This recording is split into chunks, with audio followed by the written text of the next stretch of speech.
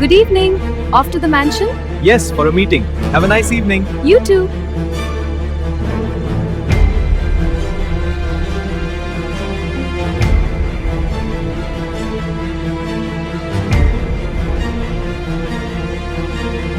अंकित की जिंदगी बहुत सीधी थी। सुबह कॉलेज, दोपहर में दोस्तों के साथ मस्ती, शाम को घर और रात में मोबाइल। सब कुछ ठीक ठाक चल रहा था जब तक उसकी जिंदगी में पीहू नहीं आई। पीहू नाम छोटा पर ड्रामा बड़ा। वो ऐसी लड़की थी जो बारिश में भी छाता लेकर नहीं निकलती, पर धूप में सनग्लास पहनकर हीरोइन बन जाती। पहली मुलाकात भी बड़ी अजीब थी। अंकित लाइब्रेरी में चुपचाप पढ़ रहा था, तभी सामने से आवाज आई, एक्सक्यूज मी, ये सीट खाली है या आपकी शांति यहाँ बैठी है? अंकित ने चौंक कर देखा, पीहू खड़ी थी। वो इतना घबरा गया कि बोला, शांति मतलब? पीहू हंस पड़ी, अरे बाबा मतलब मैं बैठ सकती हूँ? उस दिन से दोनों की बात शुरू हुई। पीहू हर रोज कोई ना कोई नया बहाना बनाती उससे मिलने का।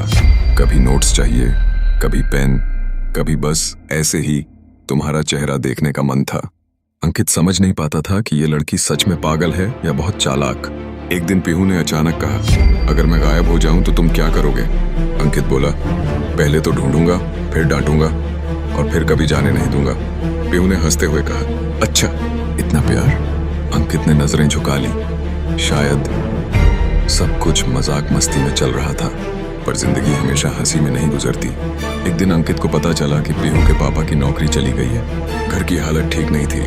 पीहू पहले जैसी हंसमुख नहीं रही, वो चुप चुप रहने लगी। अंकित ने महसूस किया कि उसकी नटखट गर्लफ्रेंड की मुस्कान कहीं खो गई है। वो रोज उसके लिए छोटी छोटी चीजें लाने लगा, उसकी पसंदीदा चॉकलेट, हाथ से लिखा नोट और सबसे खास शाम की चाय। एक दिन पीहू ने पूछा, तुम रोज ये सब क्यों करते हो? अंकित बोला, क्योंकि जब तुम हंसती हो ना तो लगता है सब ठीक हो जाएगा। पीहू की आंखें भर आईं। उसने कहा, मैं हमेशा मजाक करती थी ताकि तुम मुस्कुराते रहो, पर आज तुम मुझे हंसा रहे हो। उस दिन दोनों ने साथ बैठकर चाय पी, पर वो चाय अधूरी रह गई क्योंकि दोनों बातें करते करते भविष्य के सपनों में खो गए। कुछ महीनों बाद पीहू के पापा को नई नौकरी मिल गई। घर में फिर से खुशियां लौट आईं। एक दिन पीहू ने अंकित से कहा, याद है तुमने कहा था कि अगर मैं गायब हो जाऊं तो ढूंढोगे? अंकित बोला, हाँ। पीहू मुस्कुराई, तो सुनो, मैं कहीं नहीं जाने वाली, क्योंकि मेरी अधूरी चाय अभी भी तुम्हारे साथ पूरी करनी है। इन दोनों हंस पड़े।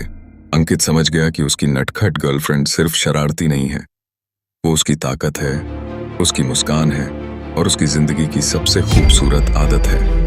रोहन एक साधारण लड़का था जो जीवन की चुनौतियों को शांत और धैर्य से समेटता था।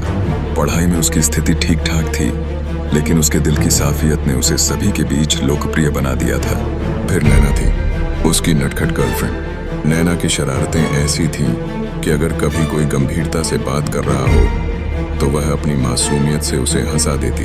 एक दिन नैना ने जब रोहन को फोन किया और कहा कि वह उस पर नाराज है, तो रोहन घबरा गया। उसे पता था कि नैना का मजाक करने का तरीका बहुत ही अनूठा था। जब उसने बताया कि उसने सपने में उसे चॉकलेट नहीं दी, रोहन के चेहरे पर चिंता ने जगह ले ली। उसे याद आया कि कभी कभी असल दुनिया में भी सपने का प्रभाव होता है, लेकिन नैना की मासूमियत ने उसे फिर से हंसा दिया। वह दिन हमेशा की तरह नहीं था। एक दिन रोहन को उदासी ने घेर लिया। उसके पिताजी की तबीयत खराब थी और घर की जिम्मेदारियां उस पर आ गई थीं। नैना ने उसे ऐसा चुप्पा देखा तो उसे कुछ अजीब सा लगा।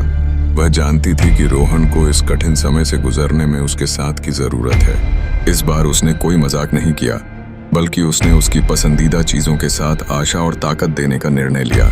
नैना समोसे और चाय लेकर रोहन के घर पहुंची। उससे पूछा गया कि आज कोई ड्रामा नहीं, तो उसने मुस्कुराते हुए कहा कि जिंदगी खुद ही ड्रामा कर रही है। उस पल ने रोहन की आंखों में आंसू भर दिए, पर उसने खुशी से पनपते हुए नैना की ओर देखा। यह समझा गया कि उसके लिए जीवन में महत्व केवल मजाक या चुटकुले बनाने का नहीं था। नैना की यह समझदारी और सहारा उस दिन ने रोहन को यह एहसास दिलाया कि असल प्यार केवल हंसी में नहीं, बल्कि दरियादिली और सहानुभूति में भी होता है। इस तरह की नटखट गर्लफ्रेंड की मौजूदगी कठिन समय में हमें शक्ति देती है, भले ही वह किसी दिन नाराज हो जाए क्योंकि उसने सपने में सोने जैसा कुछ नहीं किया। असली रिश्ता वही है जो मुश्किल समय में एक दूसरे का साथ निभाता है।